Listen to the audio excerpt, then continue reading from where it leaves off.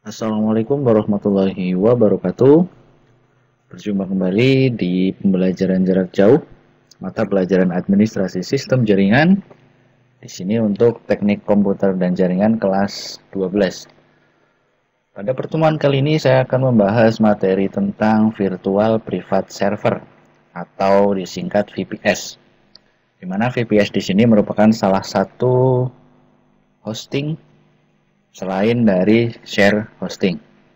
Sebelum masuk ke apa itu pengertian virtual private server, kemudian kegunaannya itu apa, jenisnya itu apa, saya akan membahas terlebih dahulu kuis yang kemarin sudah dikerjakan di pertemuan sebelumnya. Untuk pertanyaan pertama, kapan waktu yang tepat untuk menggunakan share hosting? Di situ untuk jawabannya adalah digunakan saat kita baru memulai membuat website atau blog sederhana.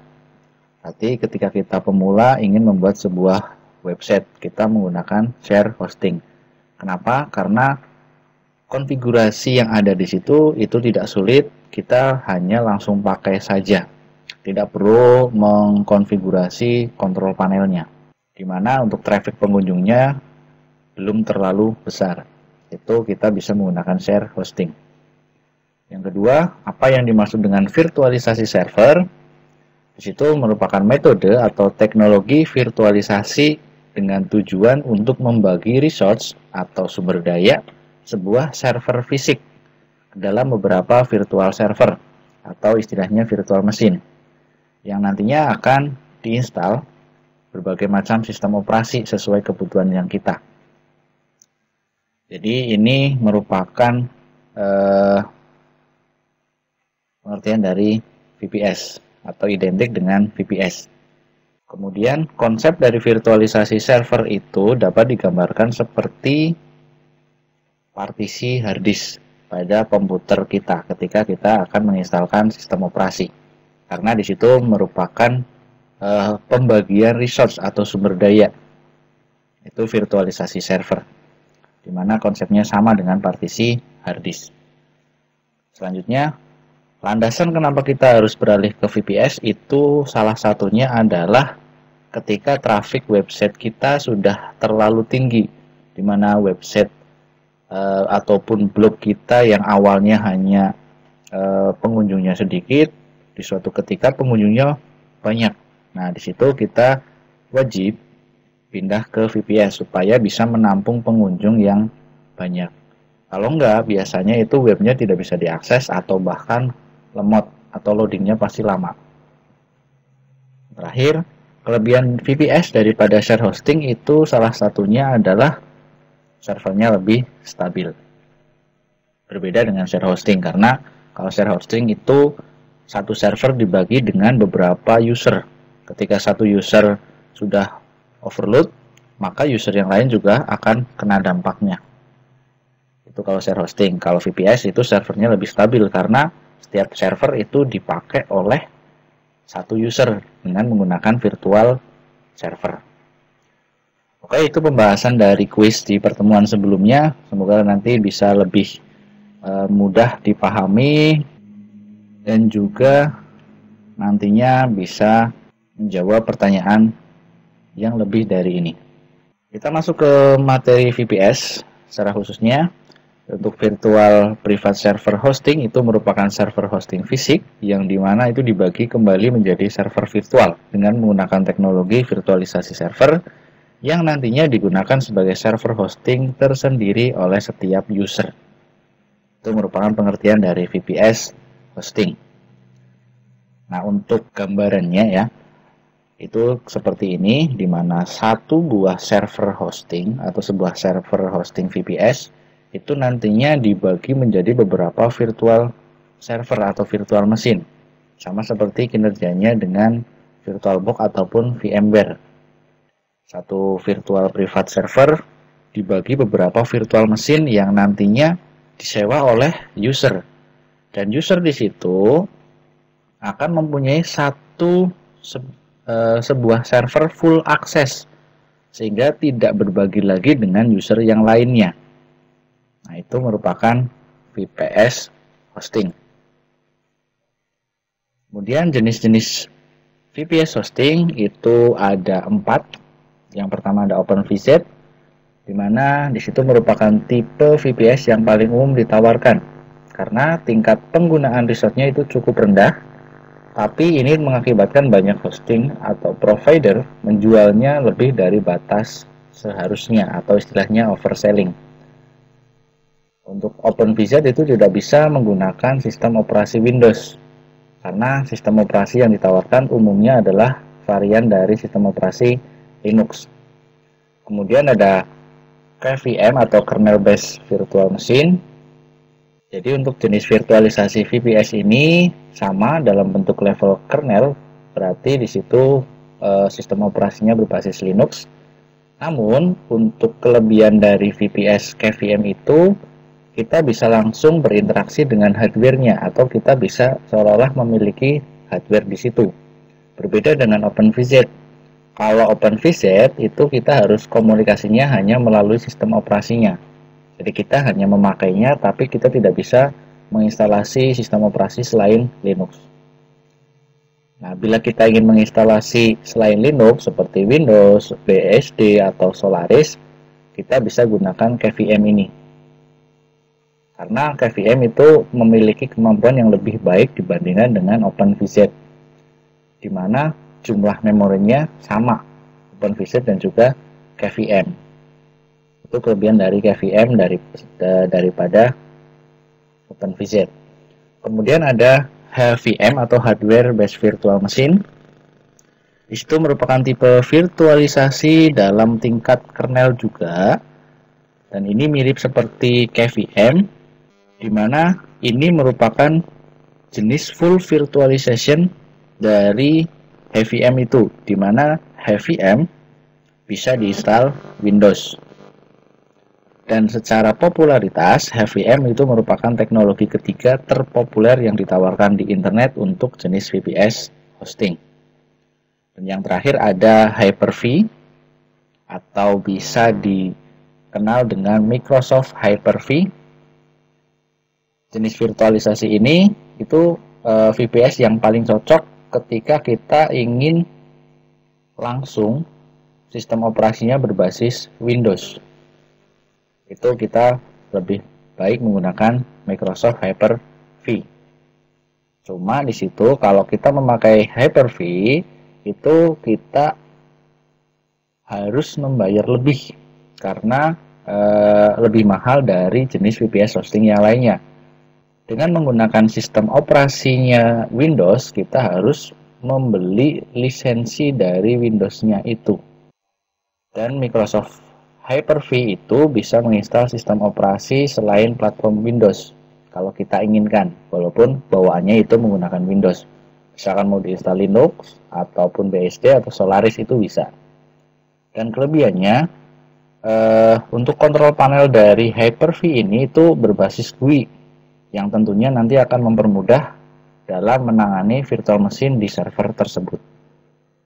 Itu jenis-jenis VPS hosting, dan di situ juga sudah saya lampirkan di pertemuan sebelumnya, keterangan dari setiap jenis VPS-nya. Kemudian, kapan kita menggunakan VPS? Yang pertama, ketika traffic website kita meningkat. Otomatis ketika pengunjungnya sudah banyak, biasanya akan mempengaruhi kinerja hosting yang kita pakai. Yang kedua, loading time website yang lama. Nah, dari trafficnya yang meningkat, otomatis loading waktu website untuk membuka halaman itu lama, maka kita butuh yang namanya hosting yang lebih dari share hosting. Kita butuh yang namanya VPS. Yang ketiga, membutuhkan software custom. Jadi ketika kita akan mengedit website kita lebih ataupun kita butuh software yang akan kita gunakan untuk mengcustom sebuah website, kalau kita pakai share hosting itu kita tidak bisa, maka kita butuh yang namanya VPS kalau kita ingin mengcustom sebuah website. Yang keempat itu menyimpan data privat. Itu pasti ketika kita mempunyai website kok punya data-data kiranya itu sangat rahasia dan butuh keamanan, kita tidak lagi menggunakan share hosting karena di situ bersifat umum. Kalau pakai VPS itu keamanannya bisa terjaga. Selanjutnya, prinsip dasar dari VPS. Yang pertama, VPS itu bekerja seperti sebuah server yang terpisah melalui virtual machine.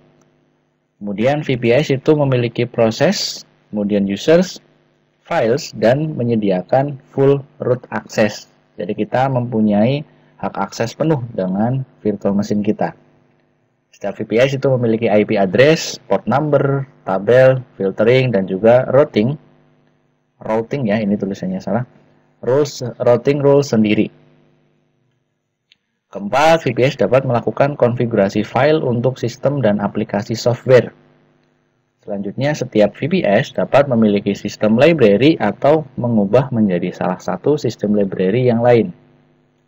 Kemudian, setiap VPS dapat mendelete, menambah atau add, modify file apa saja termasuk file yang ada di dalam root, dan menginstalasi software aplikasi sendiri ataupun mengkonfigurasi root application software. Berarti istilahnya di situ kita mempunyai hak akses penuh dengan virtual machine yang kita sewa menggunakan VPS server. Nah, jadi itu prinsip dasar dari VPS. Kemudian, sebuah VPS, resource server yang dialokasikan kepada kita itu meliputi diantaranya ada CPU core, CPU usage, penggunaannya, kemudian ada RAM, memorinya, dan juga storage, ruang penyimpanan atau hard disknya. Untuk spesifikasi sebuah VPS dapat diketahui dari segi hard disk. Kapasitasnya berapa, kiranya kita butuh yang besar, cukup nggak untuk menampung file-file dari website kita. Kemudian memorinya, yang nantinya digunakan untuk seberapa cepat nanti website kita loading atau ketika dibuka oleh pengunjung. Jenis prosesor yang digunakan maupun pilihan sistem operasi, mau Windows, Linux, ataupun yang lainnya. Kita bisa melihat atau bisa mengetahui dari segi itu. Kemudian untuk VPS itu selalu terkoneksi dengan internet selama 24 jam dengan akses koneksi yang tinggi dan juga stabil. Nah, untuk VPS itu dapat dikendalikan atau diremote oleh aplikasi bawaan. Untuk Linux itu bisa pakai terminal di Linux. Untuk Windows, sistem operasi Windows itu bisa pakai PuTTY. Dan VPS itu dilengkapi dengan pengaturan sendiri untuk init script, users, pemrosesan, file system, dan lainnya, serta juga memiliki IP address, port number, tables, filtering, dan juga routing rules. Dengan VPS ini, sebagai pengguna itu kita tidak perlu repot merawat server virtualnya, karena perusahaan penyedia VPS akan merawat secara berkala serta mengupgrade OS, RAM, dan juga yang lainnya. Jadi ketika nantinya ada kendala atau trouble dari VPS kita, itu kita tidak perlu repot-repot harus memperbaiki virtual machine-nya. Kita tinggal pakai saja, nanti akan ditangani oleh perusahaan penyedia VPS. Untuk fungsi dan kegunaan VPS itu ada beberapa macam, diantaranya pertama, VPS itu bisa digunakan sebagai web hosting, backup server, kemudian file server atau berbagi resource atau storage server ya. Kemudian ada server remote desktop, ada host server untuk VPN dan tunneling, application hosting dengan VPS, development atau test environment, dan juga educational outpost. Yang pertama, untuk web hosting, VPS itu bisa digunakan untuk menyediakan web hosting pastinya. Sangat tepat juga untuk level menengah dan situs web, di mana aplikasi itu membutuhkan konfigurasi yang spesifik dan hanya bisa dilakukan oleh super user. Di sini cocok untuk memulai bisnis web hosting dengan anggaran terbatas namun dengan layanan yang berkualitas. Itu kita bisa pakai VPS. Yang kedua, fungsi VPS itu bisa membackup server. Ketika nantinya kok ada kerusakan ataupun kehilangan data, sebelum itu kita bisa di backup terlebih dahulu seperti isi dari situs web, kemudian email kita, ada file-file pendukungnya, dan juga database dari web kita. Yang ketiga ada file server atau storage server. Dari fungsi VBS itu di dalamnya kita ada file server yang bisa kita gunakan untuk menyimpan file dan juga data yang bisa diakses melalui FTP dan HTTP. Keempat, ada server remote desktop. Di situ kita bisa mendownload dan mengupload file secara remote, menjalankan aplikasi Forex, bot, ataupun automation, dan juga spinner. Itu kita bisa menggunakan VPS. Yang kelima, sebagai host server untuk VPS dan tunneling. Itu pasti ya. Dan keenam, application hosting dengan VPS. Ini memungkinkan untuk membangun custom mission critical software tanpa harus mengeluarkan biaya yang terlalu mahal. Kita untuk bisa mengedit sebuah software.